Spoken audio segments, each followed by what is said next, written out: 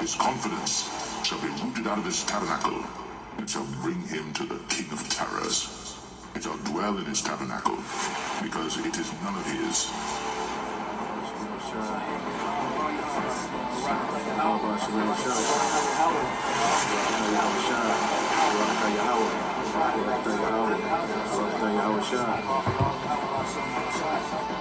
For the transgression of my people was he stricken, and he made his grave with the wicked, and with the rich in his death, because he had done no violence, neither was any deceit in his mouth.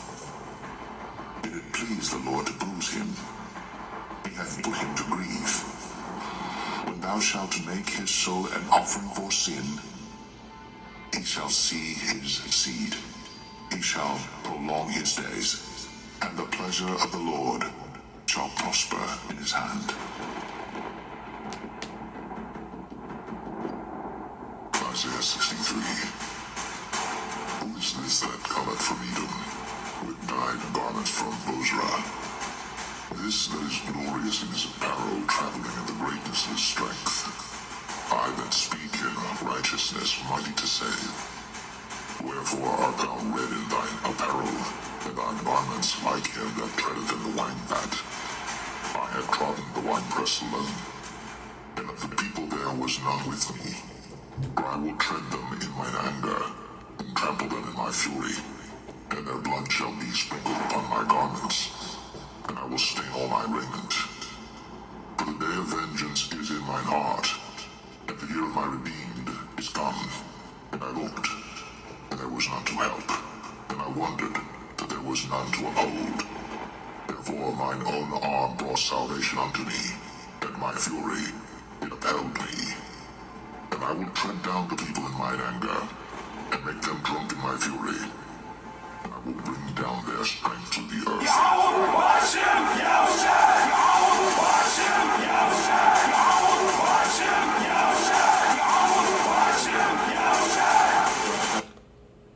Right? Hey, Shalom. First and foremost, we want to give all praises, honor, and glory unto Yahweh, by Hashem, Yahushai, by Hashem HaKadosh. That's all praises to the Heavenly Father. His true name in the Hebrew is Yahweh. In His Son's name, who the world inwardly called Jesus Christ, real name in the Hebrew is Yahushai. Also give praises, honor, and glory unto the Yahweh HaKadosh, the Holy Spirit, which is the force and entity that makes His edification possible. I want to say shalom to all you sincere-hearted Akim wa Akwat, that's you brothers, and few sincere sisters make your bodies a living sacrifice on a daily basis in this wicked and adulterous generation. I also want to give double honors unto our beloved apostles and elders of Great Millstone, who taught us truth and who rule well. And I'm the brother Osman Wath here from the Great Millstone Dallas camp, visited by the beloved brother Amathia. Khan, and we're just going to go into the topic of this lesson. As you can see on your screen, it says current events. The siege is laid against Babylon. Destabilization and port strike looms. All right, destabilization and port strike looms. And we got a few videos queued up, that we want to go through and commentate on, through the Spirit. Okay, tying these things with biblical prophecy, because that's what we're commanded to do. As a matter of fact, we'll open up with that in 2 Ezra 9, and from the top, this is 2 Ezra chapter 9, verse 1. 2 Ezra 9 and 1, it says, He answered me then and said, Measure thou the time diligently in itself. And what time are we measuring? We're measuring the time of the Gentiles, pursuant to Luke 21 and 24, okay, by spoken by our beloved Yahweh Shah. He says, For the time of the Gentiles for Jerusalem shall be trodden down by the Gentiles until the time of the Gentiles be fulfilled. Okay, and the time of the Gentiles is almost fulfilled. And how do we know that? By looking at that timeline, if you will, through the Spirit in Daniel the 2nd chapter and Daniel the 7th chapter, concerning all these particular heathen nations that would oppress the children of Israel, starting with the Assyrian Babylonian captivity, fast forwarding all the way down into these times, which is the revised Roman Empire, composed of NATO and the EU and Babylon the Great, being top of that scarlet colored beast, pursuant to Revelation 17. So this is the time that we're measuring. Okay, it says, measure thou the time diligently in itself. And when thou seest part of the signs pass, which I have told thee before, and some of those signs, some of the tokens that he told Ezra is mentioned right here in this third verse. But when you read the prior verse or prior chapter, second Ezra, the 8th chapter, he was expounding a little bit more about those tokens. So verse 2, then shalt thou understand that it is the very same time wherein the highest will begin to visit the world which he made.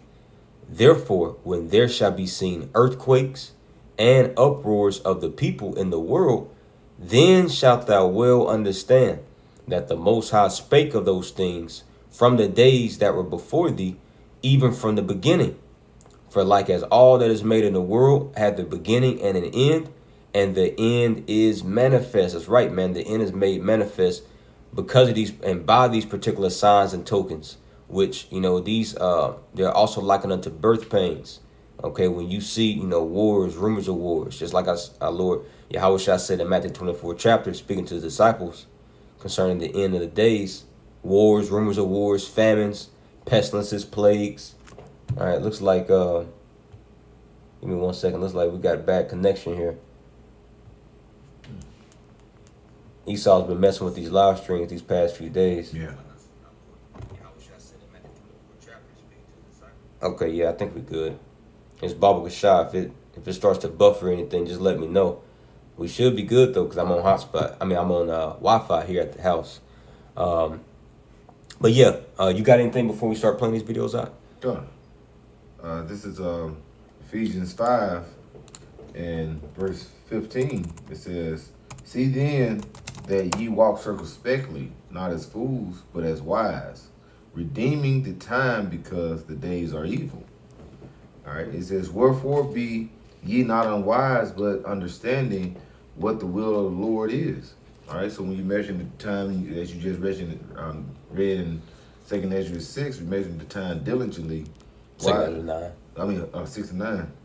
It was 9. 9 and 6. Yeah. It said measure the time. Like you said, we're measuring the time and redeeming the time, knowing the times we're in is some bad times.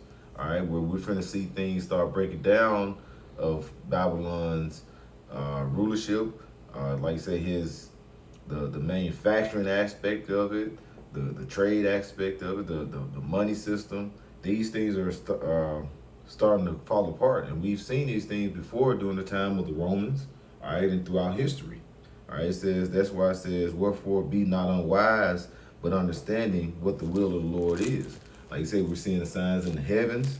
All right, basically giving you the times that we're in based on what we're seeing now, how things are about to manifest as far as the collapse of this system. That's right. And like I said, we got a few videos we want to play. But before we do, I just want to grab a quick definition for that word, lay siege or siege. As the title of the lesson says, the siege is laid against Babylon. This word, lay siege, let's see. Yep. It says barricade, conduct a siege of a place, barricade, close up, shut off. It says besiege, beset, surround. All right, and let's see. There is a particular definition I was looking at earlier, and it says of trade and commerce. And this is what we see happening with these port strikes looming. Let's see. Give me 1 second.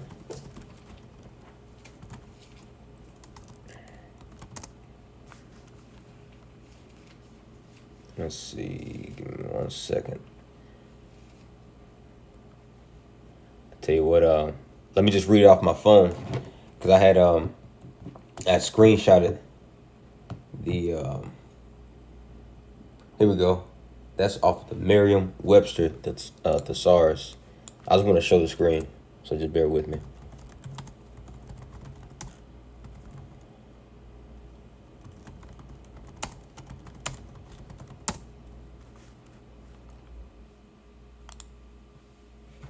Yep, here we go. The Wadi Yahweh Shema Shah. So as you can see, this is off of the Merriam-Webster thesaurus. It says lay siege to, the phrase meaning what? It says as in a besiege, to surround as a fortified place with armed forces for the purpose of capturing or preventing commerce and communication. All right, now all these things are being done by the elites. Okay, basically, laying this siege, economically, morally, every facet of life, is being threatened right now. Okay, because the elites' MO is basically to destabilize. That's the name of the game right now. It's to destabilize and to break down. It's to break down the foundations of this place. And as a matter of fact, when you get that word destabilize, D means to take away, and stabilize goes into stability or foundation. And that's biblical prophecy. 2nd Ezra, the 15th chapter says this. 2nd Ezra chapter 15. And speaks about, here we go, 2nd Ezra 15. We'll start at verse 11. Salaki verse 10, he says, behold, my people is led as a flock to the slaughter. I will not suffer them now to dwell in the land of Egypt. Now, we know that this is speaking about America, spiritual Egypt, because this is way after the Lord delivered us from, the grips of Pharaoh, when you read the book of Exodus. So this Egypt is speaking about, or making reference here to in 2nd Ezra 15, is talking about spiritual Egypt, which lines up with Isaiah 19 and Revelation, the 11th chapter and the 8th verse. So he says, behold, my people is led as a flock to the slaughter. And that's exactly how, Jake is being led right now. And they don't even know it, man. Mm-hmm. All right. But this is why the Lord set up the prophets to redeem his elect, so they don't go into the slaughter, man.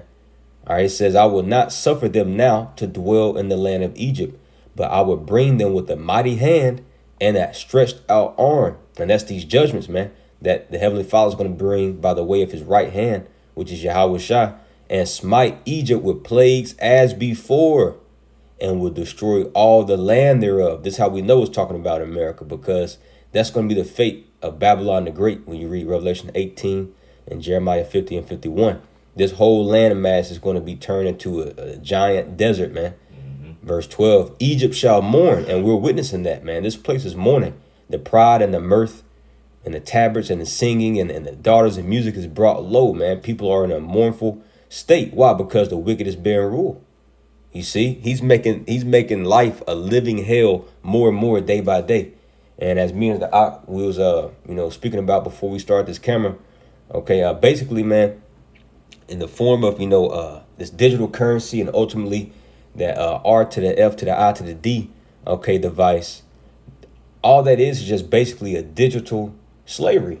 It's going to be that C-hip is basically digital. It's a digital yoke. Yeah, that's the word we use, a digital yoke, man. You see, because in times past, in history, you would put actual, the slave owner, he'll put an actual, set of yokes upon your neck to where you're restricted, to where, you can't move freely. You got to go wherever he, tells you to go. You can't leave the plantation, so on and so forth. But here in these times, this man, he literally he's going to have control and access over people's lives just by the push of a button, by turning on or off your micro C-hip, man. So those are the digital yokes, you see? And in order for him to set that system up, he has to destabilize. He has to, take away the current infrastructure right now that he has in the form of his in an economic sense, that is. It says, oh, you about to say something? No, I'm saying that's right. Agreeing with you. God. So verse 12, it says, Egypt shall mourn, and the foundation of it, see, the foundation of it shall be smitten with the plague and punishment that the Most High shall bring upon it. So we see an attack upon the foundations of this place. All right. So once again, that's the name of the game right now. And the elites, they plan on, bringing order, order out of chaos. So their mindset is just totally destabilizing, Babylon the Great, and really the whole world's, foundation, so they could usher in a solution. So with all that being said, we just want to play a few videos. We're going to touch into the aspect of war, and we're going to touch into the aspect of this trade and commerce and how that's going to affect the daily lives of these Babylonians, man. Okay, it's about to be holy hell up on this place, man. In Abaratazah, they don't come up with the solution by Monday night to where these strikes do occur. And it's looking like it very well may occur, man. Because here, as it be, well, it's Sunday at 3 p.m. here Central Standard Time. Okay, so shit, they got tomorrow to come up with a decision, which is looking like they're not. So what does that mean? It means it's about to be all hell, man. It's about to be hyperinflation, okay, even more, which is going to amp up crime, okay. It's going to we're going to get into it, man. All right, the straits is about to come. So let's play this. Oh, this is before we play this, let me play that copyright. Yeah, fair use. Yeah, fair use. Yeah. So let me show the screen here. So because we know how Esau be tripping, man. All right. So disclaimer, copyright disclaimer under section 107 of the Copyright Act 1976. Allowance is made for fair use for purposes such as criticism, comment, news reporting, teaching, scholarship, education, and research. Fair use is a use permitted by copyright statute that might otherwise be infringing. Yep. And we're not making any type of money off of this. We're just simply going into the news and we're breaking it down with the Holy Bible. So let's go.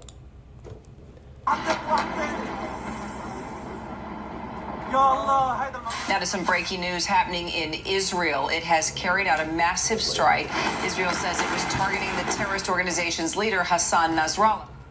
Good is portrayed as evil, and evil is portrayed as good. We see this moral confusion when Israel is falsely accused of genocide, when we defend ourselves against enemies who try to commit genocide against us. In Mecca, we see that what that attack looks like in that video, as Tom says, it does not look like a normal strike. They meant business, whatever they were going after. What does this mean?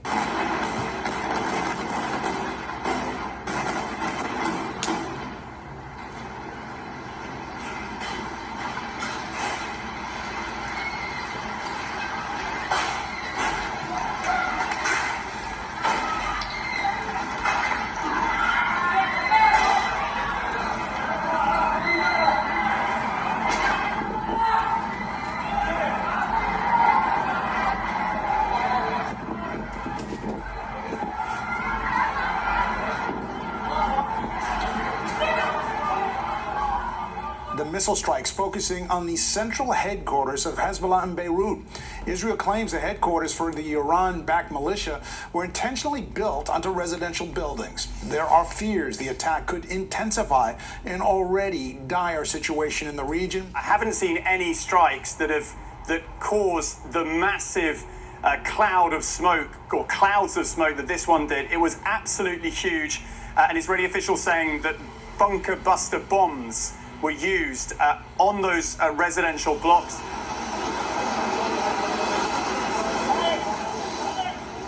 Yet we face savage enemies who seek our annihilation, and we must defend ourselves against these savage murderers.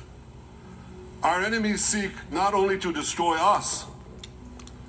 And look where he's addressing, or look, who's he's addressing to, the United Nations, which we know, this particular pact that they just came up with last Sunday, a week ago, the UN Pact for the Future. All right. And this is, man, once again, as we was touching into camp this past Friday, all this is basically Esau just fighting for that birthright back, man, in sum of everything, but in the midst of it, man, it's about to be Jacob's trouble. That's what all this is brewing into, man. And it's going to usher in, Yahweh Shah, but these things must be fulfilled. You got anything? If not, I'm gonna grab this real quick. You got something? But look at this wordplay. Yeah. Words can be, his mouth can be smoother than butter, but words in his heart he deceives you. Because what is his wordplay? He keep talking about. Look, he said the murderers. He's putting bad words as far as like how our enemies.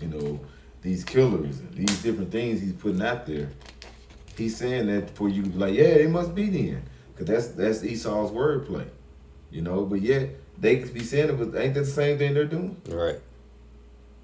Hey, Esau is wicked, bro. And that's why all these other nations, they're tired of Esau, Edom, man. Mm-hmm. The Lord is making him despised amongst the heathen because everybody's privy. They're hip to, how this man gets down. Yeah. And he's been having the power, basically having this media in his advantage, man, because these small hatters, they're the ones that own the media. So they can say whatever they want to say to try to sound justified in the ears of the masses. But yet all the while, these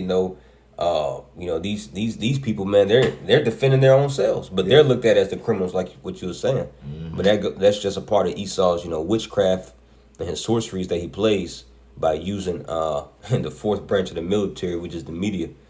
But you got something? You gonna bring something out? No, I was just gonna pull it up for you. This is let's do Revelation 17 and 16. Okay, I had that written down. It was gonna go into it was gonna go into that in this video. Yeah. But we'll get it. We just hold that. They seek to destroy our common civilization. While many in the audience walked out. What hypocrisy! What a check that. It says when he was bro. Oh, we got to get it. Obadiah now.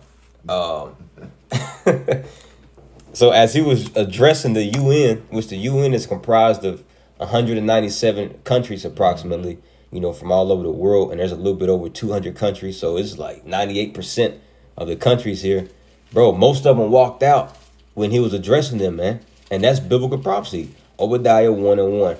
The vision of Obadiah, thus saith the Lord, power concerning Edom, you Edomites, man. And who's the head of you Edomites? The Amalekites. You small hatters, it says, we have heard a rumor from the Lord, and an ambassador is sent amongst the heathen. Who's the ambassadors? The prophets. Arise ye, and let us go up against her in battle. Behold, I have made thee small among the heathen. Thou art greatly despised. Let's get that word small real quick in the Hebrew. All right, Strong's H6996, Kathan. It says, look, small, young, unimportant. Unimportant, man. All right, so you had the masses of those people that was there at the UN meeting while Netanyahu was addressing them. Okay, they showed that he was unimportant, man. They're tired of Esau Edom, man, because they're privy to his lies and his deceptions, man. You see? So unimportant, diminutive. So yeah, that's the point, man. Unimportant. The skirts of Esau is lifted up. Mm-hmm. Double standard. What a joke until this anti-Semitic swamp is drained.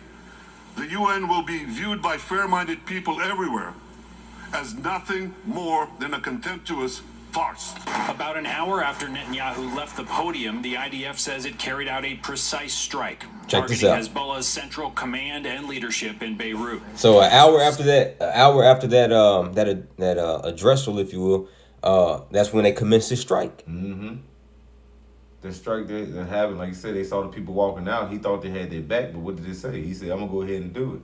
He didn't even basically conspire or mention that to America, right? Right, that's what it's about to say. Okay, right here, yep. And then you can go with that. Tell CBS News that Israel did not give the United States advance warning of See, the strike. let me rewind. Sources tell CBS News that Israel did not give the United States advance warning of the strike. So that's biblical prophecy, Jeremiah 49. Mm-hmm. The least of the flock shall draw them out. Yep. So an hour after this speech, that's when he commenced and had this massive strike. Okay, and Hezbollah killing their chief. You see, and without the United States, approval or even recognition, man. Mm-hmm. You see, so you got what you got? Done. Yep. What you got? Well, I had the Jeremiah 49. Let's get it. All right, I'll read it for you. Yeah. First, it started like 16 and then jumped down. Okay, this is Jeremiah 49 and verse 16. He says, I'll start at verse 15. It just said what we read in Obadiah. For lo, I have made thee small among the heathen and despised among men. Mm-hmm. Thy terribleness have deceived thee, and the pride of thine heart O thou that dwellest in the clefts of the rock. See, and like I said, they have been deceived of thy terribleness. And like I said, what these Amalekites are doing is a terrible thing. But like I said, they feel like, well, I'm gonna deceive these people, and I've been doing this for so long, I can also persuade them now. But now, like I say, now you seeing the people walking out, but what they say, they pride, and they still prideful. I'm gonna still go ahead and perform my enterprise. I'm still gonna move forward.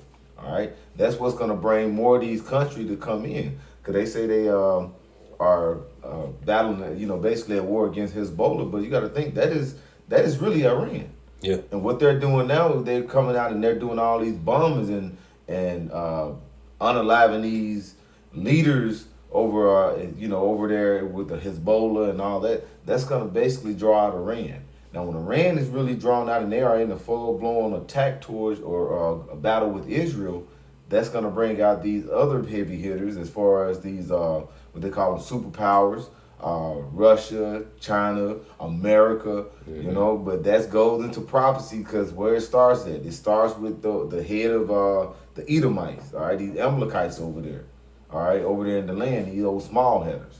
Yeah, and if I can add, as you just said, that remember it was probably like a month and a half, maybe 2 months ago now, when Israel had sent that strike over there to Iran. Mm-hmm. Well, that right there, okay, we know Russia ain't forgot about that, because the reason why that was so critical and noteworthy is because Russia, they have a lot of their military depot in Iran, in the actual land of Iran. Yeah, and so that's a threat to them. Mm-hmm. Then you just had Ukraine. They struck a Russian military facility this past week. So, man, hey, it's hot on the block, man. Yeah. The Middle East is literally on fire right now, man. Yep. And then we haven't even touched the things that's coming over here to America, which we're about to get into with these port strikes. And this is biblical prophecy, man. This is the time to really, lock in. Lock in into Yahweh Bashmal Shah. Lock in into this body, man. Don't forsake the assembly. This is where the protection is at. Psalms 91, he that abideth in the secret place of the Most High. You see, that's who the Lord is going to cover, man, in these evils, because we're going to be in the thick of it. But see, this is why we've been preaching, okay, starting with our beloved apostles, bishops, elders, and his brothers, man. This is why we've been preaching day in and day out, okay, to admonish the elect, man, okay, to put up, these sacrifices, man, that's worthy, so the Lord can put upon us that Thawah. Yeah. That mark, that sign from exemption from judgment, because the Lord's about to let judgment rain down, man. Mm-hmm. In 2nd Ezra 15, it says it's going to be great fearfulness, great fearfulness upon the earth, and great fearfulness and trembling upon the earth. And it tells you that in 2nd Ezra 15, in the 36, 37 verse. And it's going to be that. You're going to see that happening. That's why you need the Lord, that covering of the Yahweh Yahweh Shai. Because it's going to be a fearful thing when these things happen. You got to think this is the will of the Lord, as we mentioned earlier. This is the Lord's will for these things that have to happen upon the earth.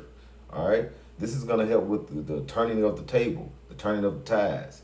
All right. Setting up where Esau thinking he's going to fill his belly by basically doing all this deceitfulness, destruction, trying to set up to have everybody to be their God.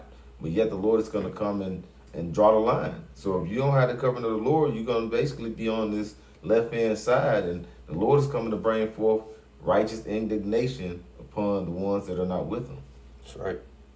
So Jeremiah 49:16, thy terribleness have deceived thee, and the pride of thine heart. O thou that dwellest in the clefts of the rock. Yeah, that's my city. Thou that dwellest in the clefts of the rock. All right, you got to think during the time, what they call it, the Middle Ages. All right, those times where they got drove off into what? Back into the Caucasus Mountains. All right, they basically came back and being the Lord of the earth, but they came back as strong. And now they're saying we're gonna be setting we're gonna set our nest upon high now. We're gonna be like the Most High. We're not never going back down. And keep going. It says that holdest the height of the hill, though thou shouldest make thy nest as high as the eagle. I will bring thee down from thence, saith Yahweh. Hey, the eagle is one of the high, that they're known for flying the highest of any other bird. And they're a predator. Predator. The apex predator. Yeah, the apex. Yeah. Even when the eagle, when he feel like that he's getting too old, he's gonna die, what he's gonna do? He'll fly up and he'll break his beak off to grow a new one to keep going. And that's what Esau's looking to do. He's looking to bring everything down and come up like the phoenix. He want to break his beak so he can keep thriving and being in power. All right? But that's not going to work in these times. Esau thinking he's going to break his beak and grow. And like I said, I think eagle, when they get like in 50 or 60 years, they can break their beak and then keep living another 20, 30 years. But if they don't do it, they'll end up dying. But he's going to try to fly up into these nests and these high stars and bring his economy, because this is his, the Lord gave him this, Job 9:24, gave him what? This power, all right? Gave him the lands, all right? This is his rulership, all right? This is his blessing right now, but he don't want to let it go. Yep.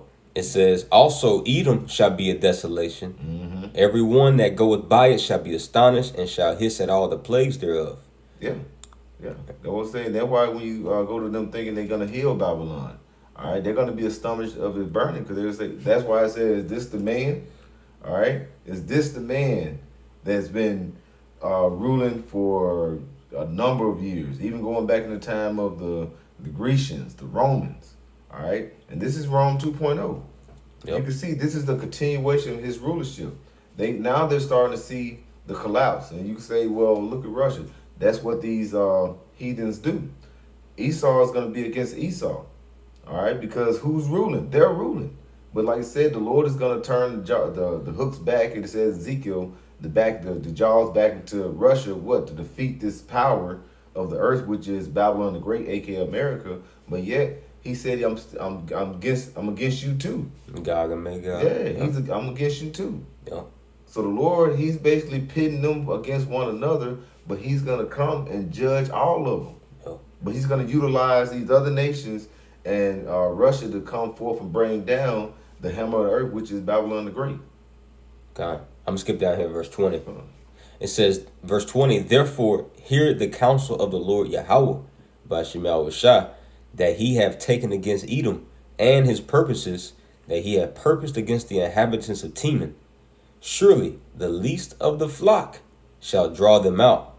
He's constantly against Esau, Edom. That's why I said, people say, oh, well, the Lord is with everybody. He say he hated Esau and his descendants.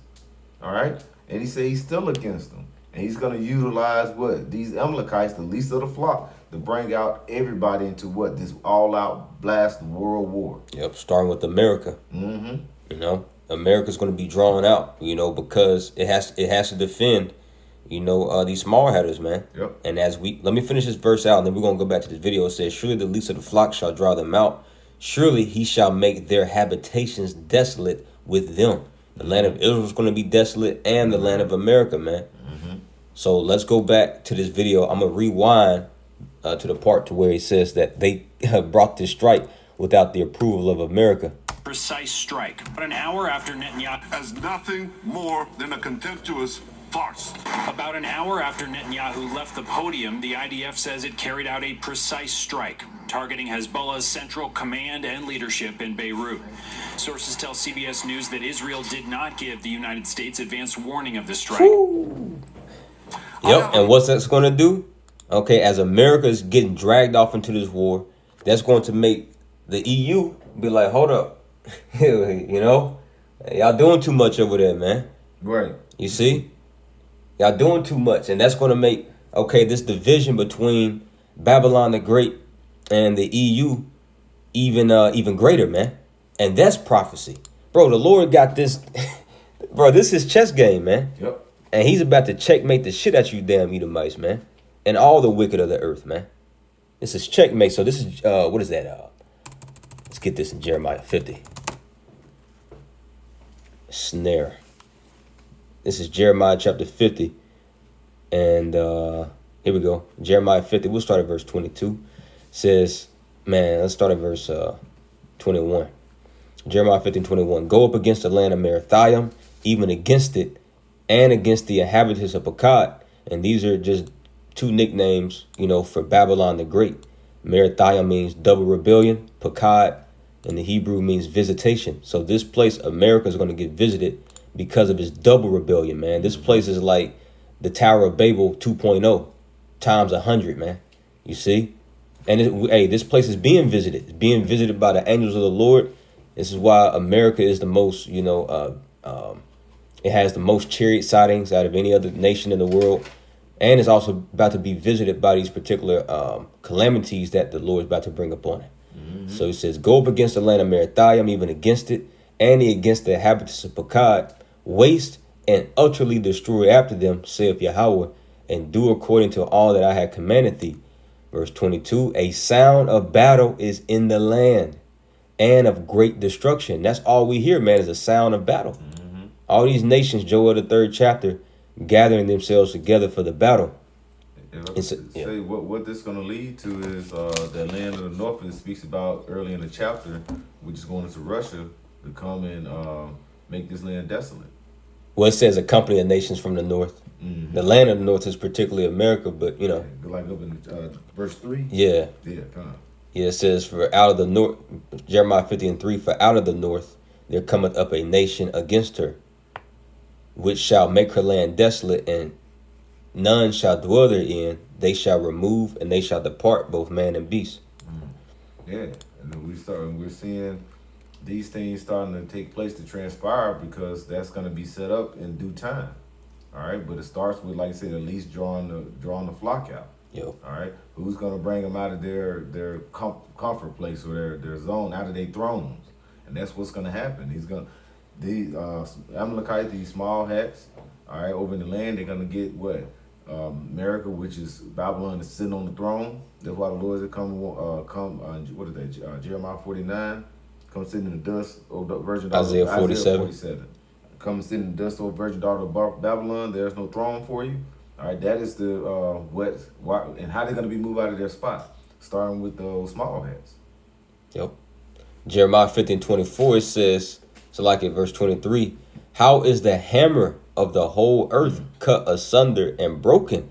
And this is what it's all going to lead up to, with the least of the flock bringing Babylon, the great, dragging America into this war. All right, that's what it's going to lead into, is this hammer of the earth, which is America, being cut asunder and broken. You see, because that's what the elites have used America for. All right, is to pretty much, go around the earth and be and to be a terrorist, man. Yeah. They've used America to terrorize all these other nations, man, through the form of its military might. Because although we know America's going to be destroyed, you got to give it the credit, okay, where credit is due. Because the Lord rose this place up, and he did so by ultimately strengthening America's military force, man. America's military, it's par none, man. Yeah. It is pristine. But we know, according to biblical prophecy, that it's going to be destroyed. But man, this place, America has a powerful ass army, man. You see, high tech, fighter jets, destroyers, destroyers, missiles, MRAP vehicles, technology. Like, they have weapons that they can utilize against you heart attack guns. Yep. Radio frequency weapons, biological weapons. Like, so this place, it's a hammer, man, but it's gonna be broken and cut asunder. So it says, how has Babylon become a desolation among the nations? I have laid a snare for thee, and thou art also taken, O Babylon, and thou was not aware. Thou art found and also caught, because thou hast striven against the Lord. Right. So this snare is basically the Lord's checkmate on this place, man. Right. All right. And that snare is ultimately what? Obadiah. Let's get an NLT real quick. Obadiah, I believe verse 6. Here we go. Obadiah 1 and 7, it says, let's start at verse 6. It says, every nook and cranny of Edom will be searched and looted. Woo! Yeah, man. Hey, you Edomites, y'all are being fully exposed and laid open, man. And it's starting with the Lord's prophets, man. You see, this the light of the word, shining in every nook and cranny of the darkness of this wicked empire, man. So it says every nook and cranny of Edom will be searched and looted. Every treasure will be found and taken. Yeah, because everything that Esau Edom has, it was stolen, man. All these treasures, man, and chiefly the treasure of the Lord, which is his people, the Israelites. You see? So it says all your allies will turn against you. They will help to chase you from your land. They're going to hate the Lord. Yep. They will promise you peace while plotting to deceive and destroy you. your trusted friends will set traps for you. That's that snare that the Lord laid for Babylon, as we read in Jeremiah 50 and 24. It says your friends will set traps for you and you won't even know about it, man. You see? So yeah, like the priest just said, and he quoted Revelation. We could grab that real quick. Revelation 17, Bible Kashah, and I believe 15. You see, NATO and the EU, okay, which is allies with America. Okay, they're about to completely turn themselves away from Babylon, man. And see, the thing is that America, they don't believe that's really going to happen. They know there's some friction, and odds, between them. But they think at the end of the day that, the EU is going to, stand with them. Right. See? But that's why the Lord says you won't even know about it. You see? So you got that in Revelation? It's Revelation 17 and verse 16 says, and the 10 horns which thou sawest upon the beast, these shall hate the whore, and shall make her desolate and naked, and shall eat her flesh, and burn her with fire. Yep. And those 10 horns are speaking about who? The EU, which was originally, 10 nations, the 10 common markets, European Economic Community, which in these times is more, than those 10 countries. But originally it was 10. And that's what this prophecy is speaking about. It says, and the 10 horns which thou sawest upon the beast, these shall hate the whore. And that whore being Babylon the Great, as we understand and read previously in this chapter, starting at the first verse.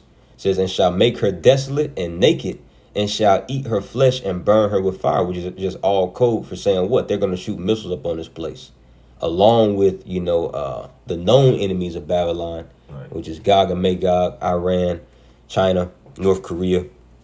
It says, for the Most High have put it in their hearts to fulfill his will. So this is all the will of the Lord. It says, and to agree and to give their kingdom unto the beast until the words of the Most High shall be fulfilled. You see? So all these things have to happen for prophecy's sake, man. And look at the title of this particular section. It has in a blue letter. It says, victory for the Lamb. You see? Victory for the Lamb, man. Because Yahweh Shah is going to come. As it says in 2 Ezra 13 chapter, one realm shall fight against another realm. You see? So Yahweh Shah is going to come in this realm, okay, in the midst of World War III. And he's going to plead with all flesh, man. All right, the valley of Yahweh Shaphat. Mm-hmm. You see? And you Edomites, y'all going to be brought down. Okay, chiefly Babylon the Great. All right, it's military. But let's go back to this video real quick. Message for the tyrants of Tehran. If you strike us, we will strike you. There is no place in Iran that the long arm of Israel cannot reach. And that's true of the entire Middle East. They're worried that Iran could respond through other proxies, as they did just last night. Sirens were sounding across Israel's second largest city of Tel Aviv, a population of 300,000 people headed straight to bomb shelters, as a ballistic missile was fired from Yemen by Iran's other proxy in the region, the Houthis. And so there are a lot of moving parts here. Israel has been faced with a 7-front war since the October 7th massacre. Man, y'all hear that? 7-front war. So Israel is fighting, okay, a war on 7 sides, on 7 fronts, man. So America's got to be dragged into it. And they're already dragged into it, because this past Friday, as a matter of fact. Yeah, this Friday. You had 3, let's see if I could Google it real quick. Then they said they were sending some, Ukraine, they were sending, like, troops. They were actually sending troops. Yep. To certain places. So America is in it. They're just not really like a full-blown war with them, but they're basically in it, especially going over there with Ukraine, supplying them with certain weapons, maybe going to train them. Now over here in Israel, America getting spread thin as well. Yep. And here on Friday, you got 3 U.S. warships came under attack Friday off the coast of Yemen by Iran-backed Houthi rebels who have disrupted commercial shipping in the region. That should be major news. Yeah, it should be major news, but it's not. They still talking about Dizzle, P. Dizzle, man. Mm-hmm. You see, but now we understand why they keep throwing this nigga out there in the mainstream media news, man? Why is Pete Dizzle talked about on CNN? Right. You know, this is what should be talked about. You know, these 3 U.S. warships that came under attack Friday, okay, over there in the Red Sea, which, yes, that's going to affect gas prices, man, here in the States, along with the port strikes that's about to commence. Abaratazar Tuesday, man, says who have disrupted commercial shipping in the region, but no one was hurt, officials said. The warship shot down nearly 24 incoming missiles and drones while transiting a narrow entrance into the Red Sea. You see? So let's go back to this video real quick. Iran now seeks to weaponize its nuclear program for the sake of the peace and security of all your countries. For the sake of the peace and security of the entire world. And see, the Lord is so cold, man. It's like he just keeps throwing out code words for the elect to pick up on. This nigga just said peace and security 2 times in a row. It's like the Lord's like, listen, listen. Yeah. 1 Thessalonians 5:3. For when they shall say peace and safety, then sudden destruction cometh upon them, as travail upon a woman with child, and they shall not escape, man. This is what's coming. Sudden destruction. And they're crying out peace and safety. The UN Pact for the Future. That's a form of them saying, crying out peace and safety. All right? So sudden destruction is coming. There's a reason why we've been having all these blood moons, super moons, wolf moons, harvest moons. We're about to have there's a reason. The Lord is about to do something big, man. He's already doing it. You see, but it's about to be apparent in everybody's eyes, man. And prophecy is about to slap the shit out of everybody, man. Because right now you can still ignore it, okay? Well, you can act like ain't nothing going on. You can still party, go here, go there, get some gas, and go to brunch. But soon, man, prophecy is about to slap everybody in the face, and it's gonna make your ass. Word, so man be. All right, for the covering of Yahweh Shem Yahushua. All right, and we see it to this day now, because it's not for the covering of Yahweh Shem Yahushua. All right, and we see it to this day now, because there's nothing new under the sun, as it says in Ecclesiastes. People are not paying attention what's going on. They're being all this disguise, or they looking to the left, and everything's happening to the right. These people being married, giving into marriage, partying, and trying to discuss what's going to happen to the Diddler and what's going to Pete Diddler, and also with Jay-Z and all these other celebrities, but not seeing that shit, it's damn near a cusp of war. And like I said, it's going to be just a moment in time before these things are going to happen and come like a thief in the night. When you're going to look up and you can see a damn bomb coming about to fall on your head. You're going to see these explosions that's going to happen around you. Like I say, it might be EMP strikes. All these things are close by. Man, you might checking your phone, because it's saying I got bad connection, and it's it stopped playing on my phone. Esau, man. You're right here. Yeah, if we having technical difficulties, Baba Kashab, somebody could just put it in the comment board. Oh, it's good for you? Okay, I guess it's just my phone there. If it's choppy for y'all, Baba Kashab, just let us know. Baba Kashab. That was it? That's all you wanted on that? On that Matthew 24? Yeah, that was about it. Okay, Khan. Yeah, let me finish 39. Oh, okay, Khan. All right, it says, verse 39, and knew not until the flood came and took them away, so shall also the coming of the Son of Man be.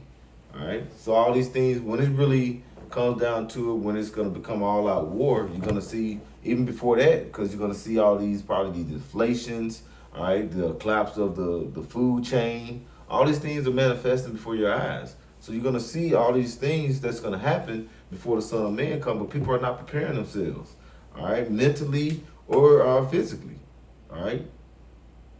But all this is transpiring. That's why you're supposed to look out and see the things that are happening with these other nations, all right, with like you said, the economy, all these things that are coming, because a lot of people don't even know what's about to happen Tuesday. Yep. A lot of people. Yep. They don't know what you talking about. I don't know.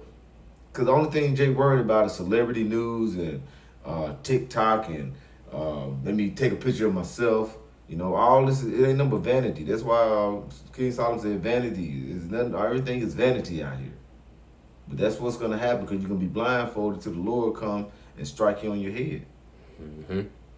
So yeah, man. Yeah, let's play a little bit more in this video, and then we're gonna segue into the next section of this lesson, going into the things that's about to happen here up on the soils of America, man.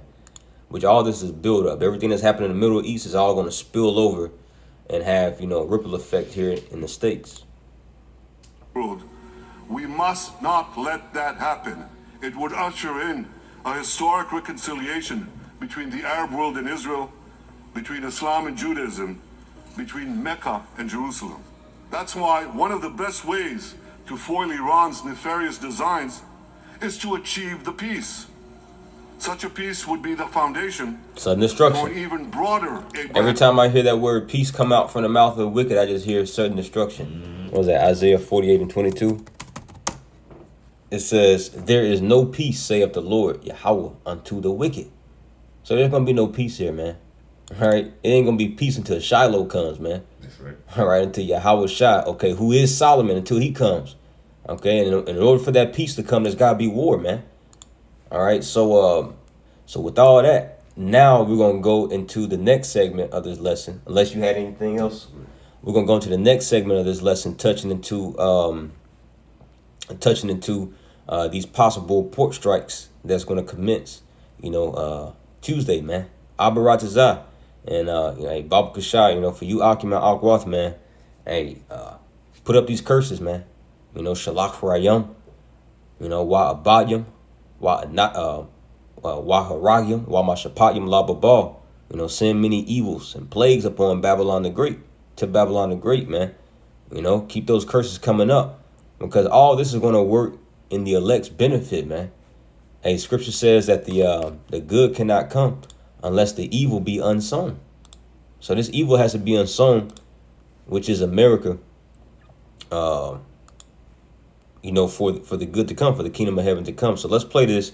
This is off of Fox Business News. This was published a day ago. It says Americans will feel significant impact on possible port strike.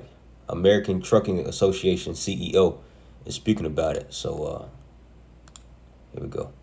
We are days away from a potential strike by 45,000 dock workers at more than 24 ports along the east and Gulf coasts. Negotiations remain at a standstill, with half of the nation's cargo in limbo. Trucking companies are scrambling to move products off ships before things potentially grind to a halt on Tuesday. And now major shipping companies say they will be slapping a port disruption surcharge on all cargo coming to or from these terminals if a strike does go through. Joining me now is American Trucking Association's president and CEO, Chris Spear. Chris, great to have you. Thanks very much for being here. What's your reaction to this, and where do you think this is going? Well, Maria, thanks for having me. I think the impact, if this strike occurs next Tuesday, is going to be significant, not just on the economy, but Americans, everybody that's in need of goods each day are going to feel the impact that this is going to have. We're talking 36 ports in the East and Gulf Coast that are represented here. Now, Maya, as we were watching this, remember the definition that we pulled earlier in this lesson from the Merriam-Webster dictionary. To lay siege, it says to surround as a fortified place, with America being that fortified place. It says with armed forces for the purpose of capturing or preventing commerce and communication. Because, man, listen, we already know, and we should know at this point, that all this is orchestrated chaos. Once again, the elites, destabilizing, Babylon the Great, so they could come in with this new order. And I want to grab this verse real quick. Now, this is Yahweh Shai making reference into 70 AD. Well, no, I'm going to hold that scripture. Let me first get this in Luke 21. Then we're going to go into Luke 19 here in a second. But this is Luke 21 and verse 25. And here's the context of it. It says the return of Hamashiach. These are the particular signs and tokens that Yahweh Shai gave us, so we can be on the lookout to understand that he's around the corner. It says, verse 25, and there shall be signs in the sun. And we've been seeing that, solar eclipses. All right, we had a solar eclipse these past few months. We're about to have another one, I believe, in October. So those are the signs in the sun. It says, and in the moon, harvest moon, blood moon, all right, wolf moons. It says, and in the stars, okay, It says, and upon the earth distress of nations, with perplexity, the sea and the waves roaring. Now I'm gonna grab this word, perplexity. I'm gonna hit the root word for it. Strong's G 639. Aparreo. Aparreo. It says to be without resources. See? To be without resources. And this is what's being threatened right now with these port strikes that can easily happen this upcoming Tuesday. You see, the number one consuming nation, okay, is about to be without resources. Lord willing, man. Very soon, it's going to bring forth what? More chaos, more crime. It says to be in straits, to be left wanting. To be in straits means to be in a position of difficulty. And we're going to feel it too. Yeah. I'll never forget, man. Elder Yatazat has said to his younger brothers a while ago, he says, Babylon is falling, but we in this bitch too. Yeah. So we're gonna feel it. And we'll be straight up and down line to the congregation, and we was to say, no, we ain't gonna feel nothing, we're gonna be all good. No, we're gonna feel it. Acts 14:22. For much tribulation we shall enter into the kingdom of heaven. But the thing is, we have the comforter. Yeah. You see, to aid us and to give us that wisdom, knowledge, and understanding and a stability, man, so we can make it through. Yeah. Let's say, like I said, being straight, just like I said, everything is finna become in a position of difficulty, But like I said, we look at the signs and the wonders, even like in the moon, the harvest moon. Hey, we can just take that as a sign of when you're going into harvest or something. That's what going into like the gathering, a period in time where you gather your crops. All right, and you store them for what? You store them into like a building, to keep them for to utilize. So the Lord is finna store His elect, So we can look at that as a sign like the Lord is gathering up His elect now, because what? It's going to be difficult times that we're going to see. Things are not going to even get better. It's going to get worse. So we got to be prepared. And the Lord is preparing His elect to get through these things, the position of difficulty. That's right. So it says to be without resources. And we know what 2 Ezra 15 chapter speaks about. How people they're going to spoil their neighbors for the lack of bread. Yep. For the want of all needs, basically. Says to be without resources, to be in straits, to be left wanting, to be embarrassed, to be in doubt, not to know which way to turn. See? Because these people, they never went a day without, having to fast.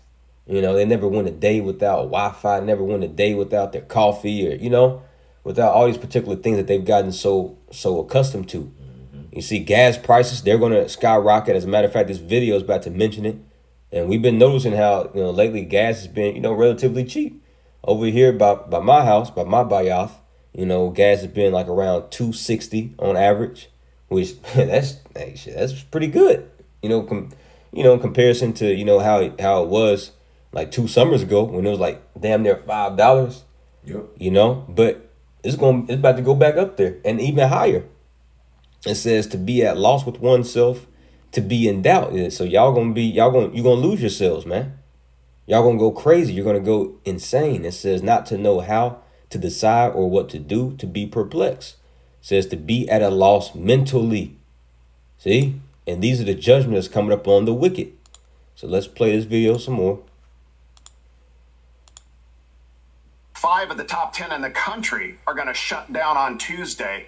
We're moving 12,000 trucks daily at Port of New York, New Jersey. This is very significant, especially on farmers. We're talking nearly half of the goods exported out of our ports come from these East Coast ports. We're talking produce. So half of the goods just come from the East Coast ports, Man, bro. Poultry, cotton. This is very significant on our farmers. That produce is going to be felt first in week 1 if this were to occur. People are going to have limited choice and they're going to pay a lot more for it. So I appreciate you paying attention to this because it's coming. Well, this is a great point that you're making. So produce gets hit. You see, he said it's coming. And that's what we've been telling you. But see, Jake don't believe shit until the so-called white man tells him. And the Lord been told us, the Lord been put us on game, man. Ezekiel 7:5 says, thus saith the Lord, power and evil and only evil, behold, is come. That's what we've been telling you through the spirit and power of Yahweh Shemashah. Only evil's coming here, not good. There's no peace to the wicked. Verse 7, an end is come, the end is come. It watcheth for thee, behold, it is come. I'm gonna skip down here to let's see. Here we go, verse 26. It says, mischief shall come upon mischief, rumor upon rumor. Then shall they seek a vision of the prophet, but the law shall perish from the priest and counsel from the ancients, man. So as times get harder, it's going to get to a point to where the Lord is going to also bring not just a famine for food, but also a famine on these words, man. Okay, he's going to hide his prophets. He's going to take them off the highways and hedges. All right, and he's going to protect them under his pavilion, man. While these people, they're going to be in a constant state of mourning and dwelling in torments and agony, man, as it says in 2 Ezra 9th chapter. You see? So this is what's coming up on the soils of America. Abaratazai comes Tuesday. And the water, brother Tazadak, for putting that curse up in the chat. Let's read it real quick. Let's say it. Yahweh, Ba'ashem Yahushai, Ba'ashem Rachakwadash, Babakashah, Shalak Rayam, Ainashim, Abayim, Aisham, Haragyam, Mawatham, Wa Mashapayim, Al Babal, Hagadal, Aitha, the water them Yah Tawab Aman, man. See? Copy, screenshot it. Okay, and say that curse, man. All right? Because this place got to go, man. You know? Scripture said, what is that? 2 Ezra 2 and 13. Real quick, and then we'll go back to this video. 2 Ezra 2 and 13. Go and you shall receive. Pray for a few days unto you, that they may be shortened. The kingdom is already prepared for you. Watch. See? So that's the spirit that the elect is in, man. The elect is ready to get up out of this place, man. All right? So we should be in the spirit of praying for a few days unto us. You know, asking the Lord to make the time short for the covenant's sake. Speed the times up for the elect's sake. And that's what he's doing. You know, and the kingdom is already prepared. So we're commanded to watch. Stay up on our watch, man. All right. And as we watch, what do Yahushua say? Pray. That's another thing. Luke 18 and 1. And he spake his parable unto them to this end, that men ought to always pray and not to faint, man. You see? So we got to pray. That's our connection to our power, man. And as we pray, we also put up curses. So let's go back to this video. You got anything out? Well, just kind of laying back on you, like I said, we got to constantly pray. We supposed to have that faith, because what does it says in we 2 Corinthians 5, for we walk by faith and not by sight. All right, so we walk by faith by believing that the Lord is going to deliver us and believe that He is, and having to believe in that when these this turmoil and these hard times really occur here, that the Lord is going to get us through these positions of difficulties. That's right. First.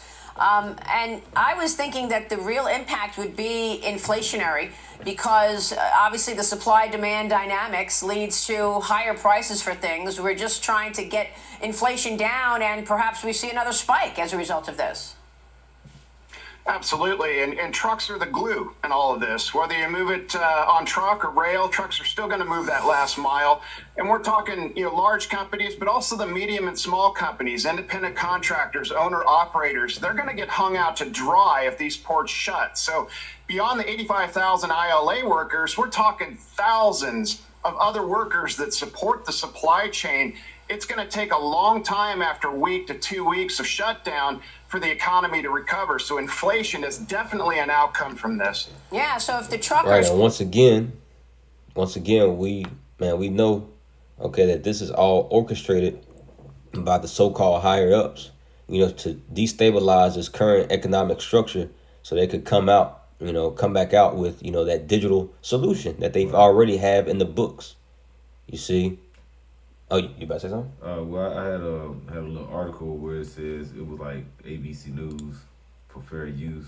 Okay, you got it. But just real quick, it says looming port strike could fuel inflation and cause layoffs. I'm gonna just get right to it. It says a strike lasting only a handful of days would wreak little damage, but a prolonged work stoppage of several weeks or months could drive up prices and some goods and cause layoffs at manufacturers as raw material dry up, experts said. So if this thing continues, like if it happens, or we believe it's gonna happen, if it continues, it's not gonna be just the port people that's on strike. You can have people that they gotta drive to the manufacturer these different materials or these different goods. They're not gonna be receiving them. So what's gonna cause them to start layoffs? So this thing can trickle down to what? You having a certain big mom and pop stores, manufacturers to lay off and close down. Yep. It's going to be a ripple effect. You know, I remember Elder Ariala, you know, he was going into it on one of his algos, you know, a while ago, you know, because, you know, this, the trade and commerce, you know, sector of Babylon the Great, it's very complex, basically, and, you know, for, you know, lack of better words, it's very complex, and the slightest disruption, you know, in the complexities of the trade and commerce sector of America, it could just throw off everything. Like the Ock just said, you know, just, you know, a few days of them being shut down, that can just throw off a whole bunch of other, you know, these trucking companies. They're going to have massive layoffs, and it's going to eventually trickle into, you know, the lives of, you know, the common everyday layperson, man. You see, and once again, it's all going to heighten up crime. You see, so it ain't nothing good. It's only evil, and behold, evils to come. Take on more load, doesn't that mean we see an impact to gasoline prices? I mean, oil prices have come off of the highs in the last couple of months. Does that reverse? See?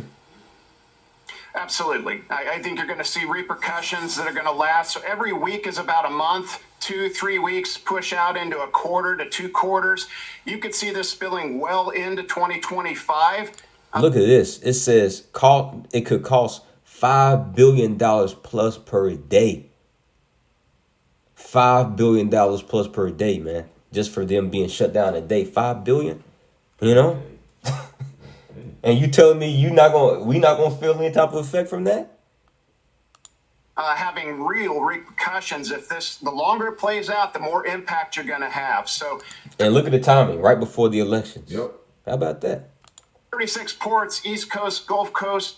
This is very significant to the American economy. You can't reroute all this through the West Coast. So shutting down for terms and conditions that are completely out of reach, 70% pay increase, that's what the ILA is asking for.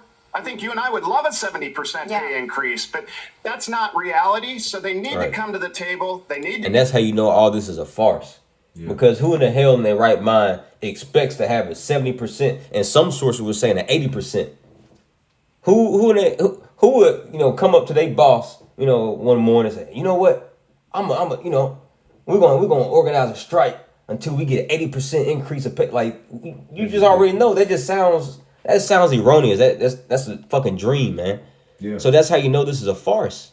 The elites, the higher ups, they're behind this, and AI pretty much rules this sector of trade and commerce right now at the ports. They already have all these robots, man. You know, to pretty much fill in the gaps of actual, you know, human labor. So they don't give a damn if people want to leave. You know, they already got robots to take over, man. Yep. Get reasonable, and they need to get a deal. Well, the last time the Biden-Harris administration got involved in the strike negotiations, the workers got what they wanted. So I wonder where this goes. I mean, you know, obviously the timing was you know, on purpose, intentional timing right before the election. I'm wondering if, in fact, you do see Biden or Harris intervene here and perhaps give the workers what they want. How does this play out? Well, if they're consistent, they're not going to come to the table. They haven't yet, and we're 5 days out. So this is really significant in terms of leadership. We've got a president, vice president, and an acting secretary of labor that have walked a picket line for the UAW. They are already in the pocket of big union bosses, and they've stated that. So if you're USMX representing the 36 ports, you have no incentive to come to the table if it's led by this administration, because they've already shown their cards. They're already in the pocket of labor. See? So there's no way that you can mediate with credibility. That's not leadership. We need it. We need it now. That's a great point. Chris, real quick before you go, what is your assessment of the economic situation today, and how does that worsen should a strike happen? Well, I think week over week is how you measure this. I was involved in the Taft-Hartley in 2002 when the West Coast ports shut down for nearly 2 weeks, and we measured in advance the impact that that shutdown was going to have week over week. So when I say a week equals a month, 2 weeks, 3 weeks equal a quarter, you could see this spill well into 2025. The ramifications, not just to the supply chain, including trucking, but the entire economy. So did you catch that? So 1 week of disruptance is going to, it's going to take a month for them to bounce back just from that 1 week. 2 weeks, 2 months, so on and so forth, man. There ain't no telling how long this thing is going to go on. And once again, man, what a perfect time and a perfect way, to for the elites to usher in, this digital, infrastructure, man. Economy. Choice will be limited and prices are going to be higher. So that's not good news going into an election, going into the holidays. This administration needs to get to the table and broker a deal right now. Wow. All right, Chris, great information from you, and we so appreciate your time. So, yeah. You got anything out? Ecclesiastes 12 and 4, I'm starting at 3. It says, in the day when the keepers of the house shall tremble, and strong men shall bow themselves, and the grinders cease, because there are few, and those that look out of the windows be darkened. And you're gonna start seeing that. You're gonna see the keeper of the house start to tremble. You're gonna see the walking down the street, going to your downtown, to the chief place of commerce in your cities. And you're gonna start seeing more buildings being closed up. How they put the wall, put the actual wood on the doors, because they say they closing down for good. All these places, they're not gonna be like, hey, we close it down in 30 days or a month. It's going to a point you're gonna look up and they're not gonna be there anymore. And then you're gonna have more and more people, your family members, all right, your neighbors say, hey man, lost my job, got laid off. You got more and more. You think they're gonna give you all this money now with going in with what they call it, unemployment? No, Esau's gonna shut everybody down, and you're gonna be looking. You're gonna be having lack of bread. All these things that's gonna happen, and what you're gonna do? They're gonna bring forth a solution, saying we're gonna give you this way. This is the digital system now. We're gonna transition you into this. And he mostly wants you to just be at the house and just give you, like birds, give you a little something here and there for you to have what? for them to have you. Yeah, UBI. Universal Basic Income. Mm-hmm. Verse 4 says, and the doors shall be shut in the streets when the sound of the grinding is low, and he shall rise up at the voice of the bird, and all the daughters of music shall be brought low. You ain't finna see all this now when you're walking out. Like when we just downtown Friday, at camp, the music playing, people driving around bumping their music, people in they dressed in their Friday best. All this is going to be put to a halt. Yeah, traffic. Traffic. When you go to the etymology of that word traffic, goes into business. Yep. Because when, the reason why there is traffic on the road, okay, Monday mornings got a lot of traffic. Why? Because people are going to their jobs. They're going to their places of business, man. Mm-hmm. So all that's about to be, brought down. Gas prices going up, and once again, massive amounts of layoffs, And Scripture speaks about, Ezekiel the 28th chapter, when concerning the prince of Tyrus, which in these times, spiritually speaking about Esau, Edom, speaks about how that land of traffic is going to basically be destroyed, man. You see, because of his whoredoms, because of his witchcraft, his sorceries, his fornications, man. This is all judgment from Yahweh Bashar Shah. And the elites, they think that they're the ones doing this, bringing the chaos, man. No, it's Yahweh Bashar Shah putting up on their minds. Proverbs 21:1. The king's heart is in the hand of the Lord, and he turneth it as the rivers of the water wheresoever he will. So the Lord is literally making the elites pull the plug on their own kingdom, man. That's right. You see? But you got it out. They say what you mentioned, Ezekiel 28. Also in there it goes in where it says thou art wiser than Daniel. Yo. The Lord gave you that wisdom. All right, but the thing is, what did you do? Did you use it to make things better in the earth? No, you made things worse. And it perverted thee. Perverted thee, yes. With Isaiah 47, thy wisdom has perverted thee. Mm-hmm. You know, Esau got so confident in thinking that it was him the whole time doing all this, that he's turned out of the way. You see? He doesn't understand that he's being used by a higher power, man. Just like Pharaoh was used. You see? The Lord built Pharaoh up just to break him down. Exactly. Because Egypt was an economic powerhouse in the ancient world, man. Egypt was a superpower, just like America's a superpower. This is why it's known as spiritual Egypt, and that's why it was so so magnificent how the Lord, you know, smote Egypt with those plagues, and each plague was you know, fucking up Egypt's economy, man. Mm-hmm. And that's exactly what we're seeing happening right now. You got it out. Yeah, it would say he's basically profane. He's a profane. He's outside the temple. Now the Lord is gathering up that spiritual temple, and he want to disrupt it. All right, but how he's doing it is he want to, like I say, start a whole new age of AI. These different things. He feel like his rulership is going to reign forever. All right, but the Lord said that he's not at peace with it. He said that he's going to have conflict basically with war with Amalek from generation to generation. That's right, from generation to generation. The Exodus 17 and 15. Mm-hmm. And that's what we're seeing. Now Esau looking at Amalek looks to say, well, we're finna do what? We're finna take out everything what the Lord has set up, said we can do everything. That's why what was it, Noval Harari, talking about we can do everything for ourselves now. We don't need the Lord. And that's basically the image of the beast in a nutshell. That's it. Just to simplify the image of the beast, it's just is Esau's NWO, which is predicated upon Esau exalting his knowledge against the Most High's knowledge, man. Mm-hmm. That's the same thing Nimrod was doing. Yep. All right, he was basically putting his head against the Lord's head, you know, and trying to get the people, and he became what? He became a tyrant. Now, our people don't look at Esau being a tyrant here, but eventually you're going to see his teeth. You're going to see his veins. They about to see it. Mm-hmm. And this is coming, especially when the grinding starts ceasing. You're going to be looking for help. And Esau's going to show his horns at that time. But you still going to try to, but like I said, if you ain't got the Lord, you're going to give in to it because you be like, I ain't got no way out of this. Because you're not looking towards the Lord. You ain't got faith for him. You're looking towards Esau evil.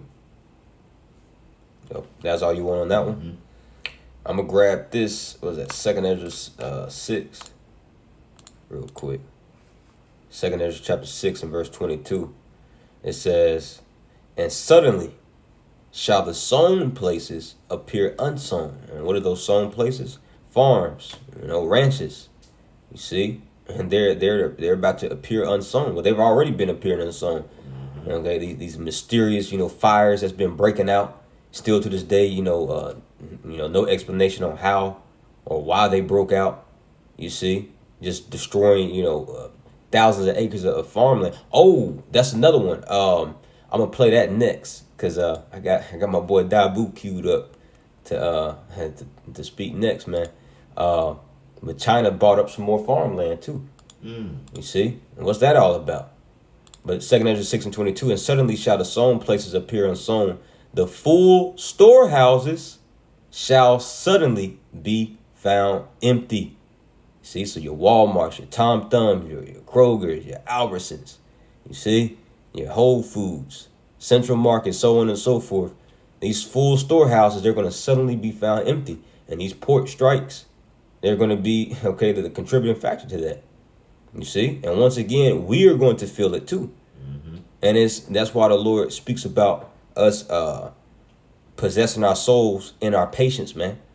Having that constancy and the endurance, you know, to suffer, you know, for a long duration of time in the spirit, man.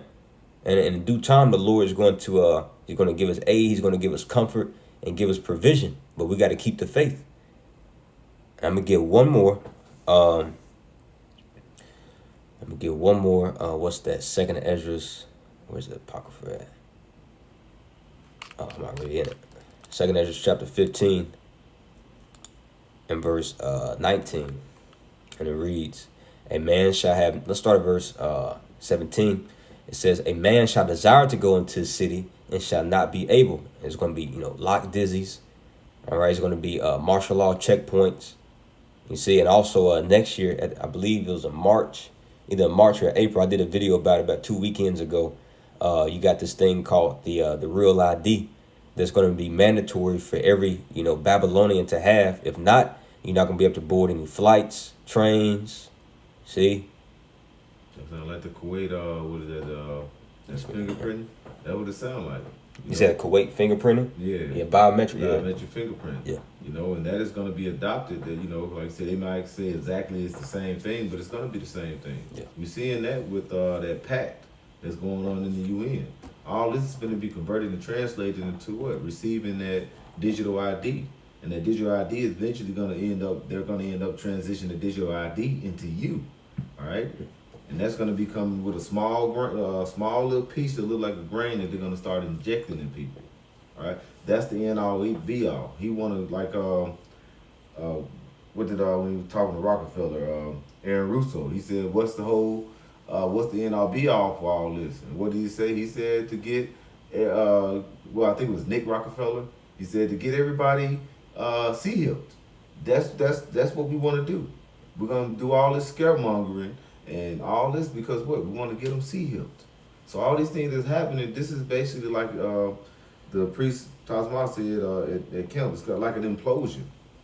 He was like, everything is set up for it all to fall down because Esau is manually setting this up for everybody to receive the sea-heal.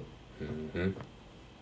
So, yep, 2 Ezra 15 and 18, for because of their pride, the cities shall be troubled.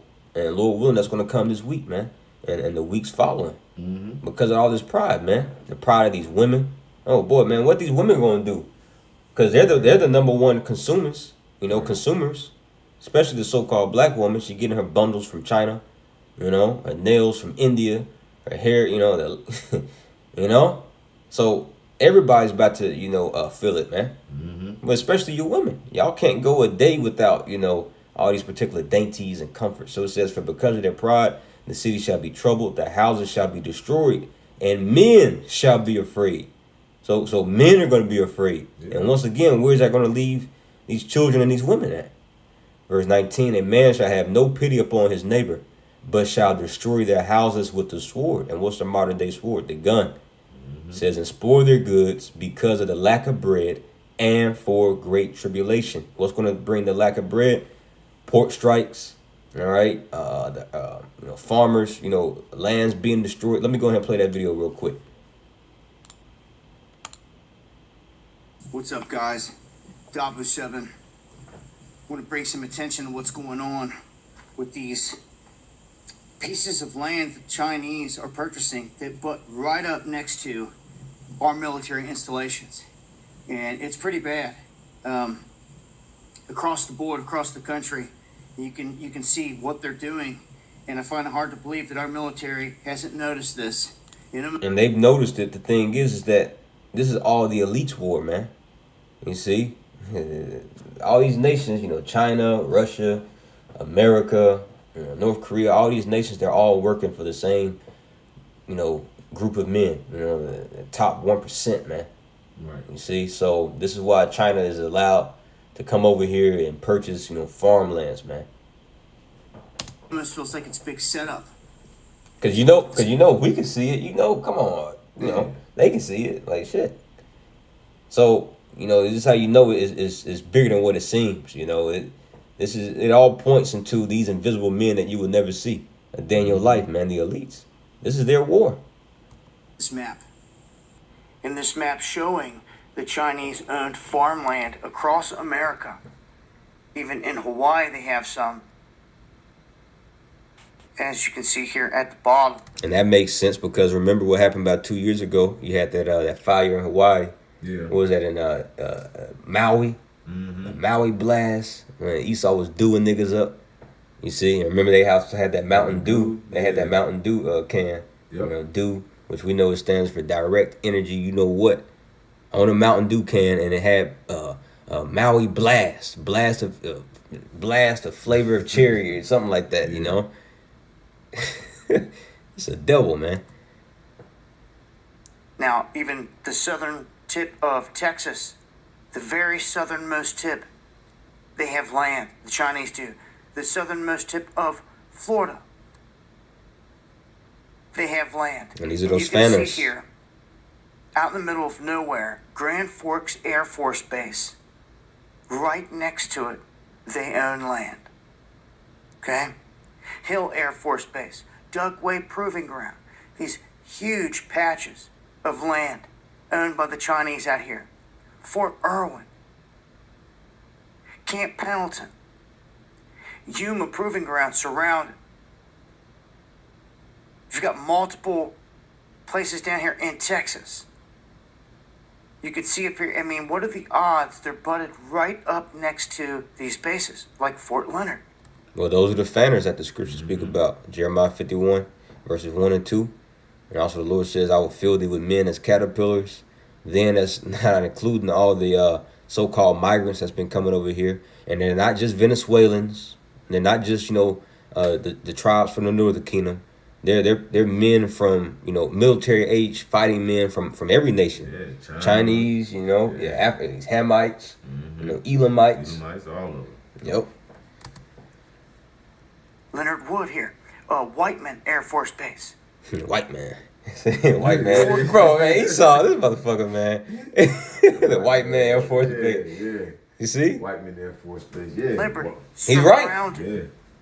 And they own huge chunks in North Carolina going up into Virginia, as well as Central Florida.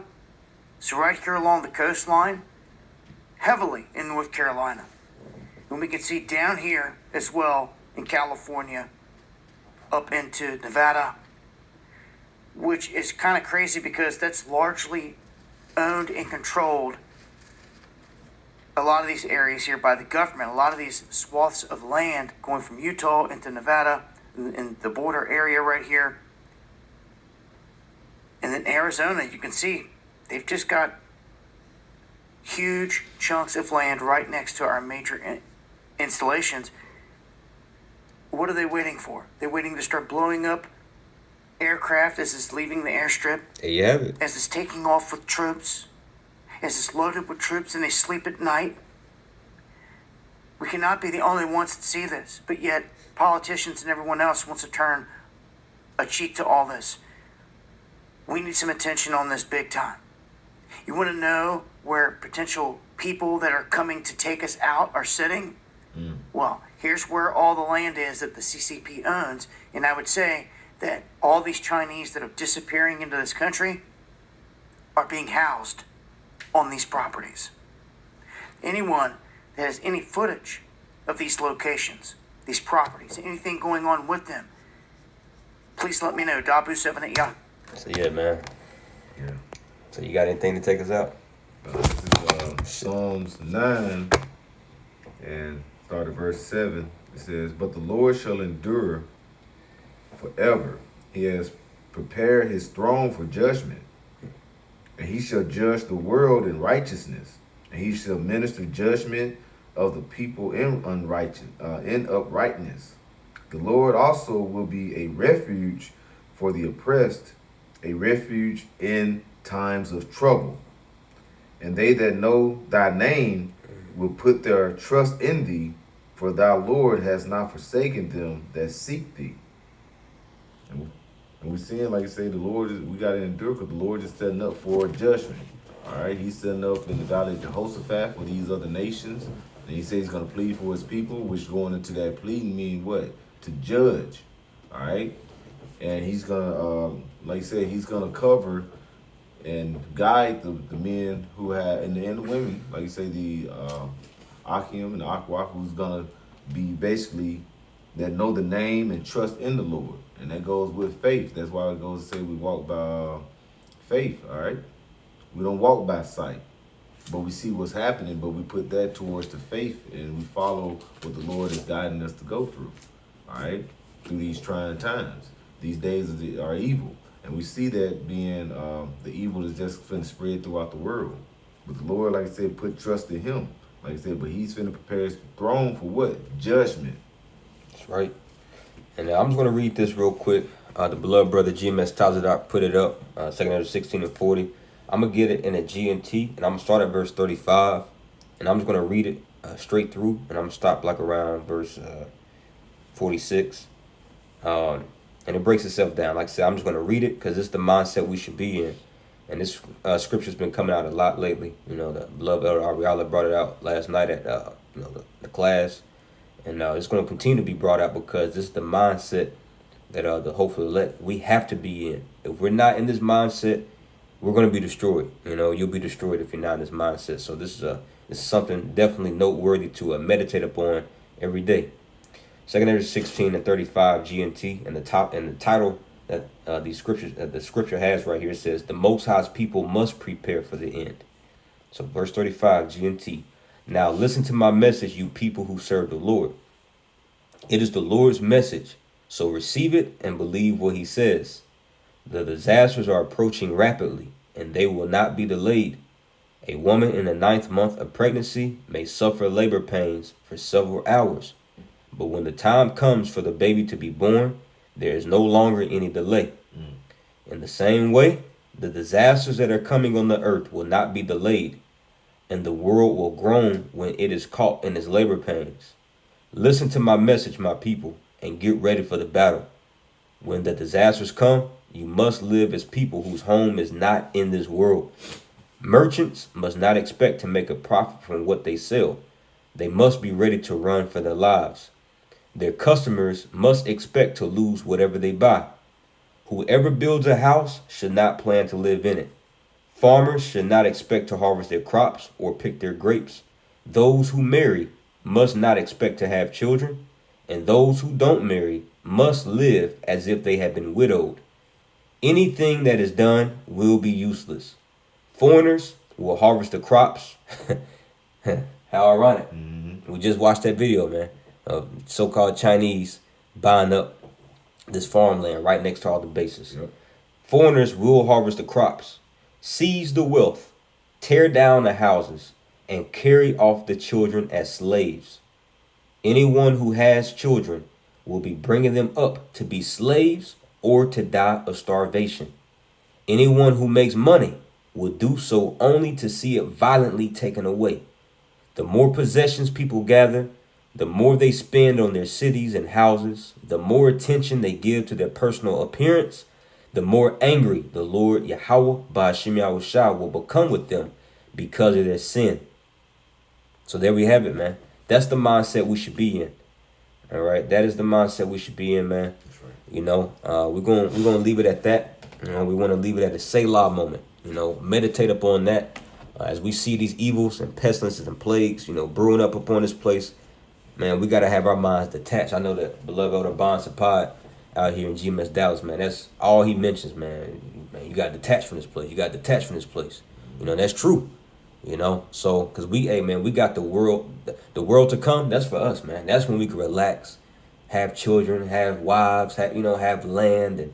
But right now, man, we trying to get out of this fucking slavery, man.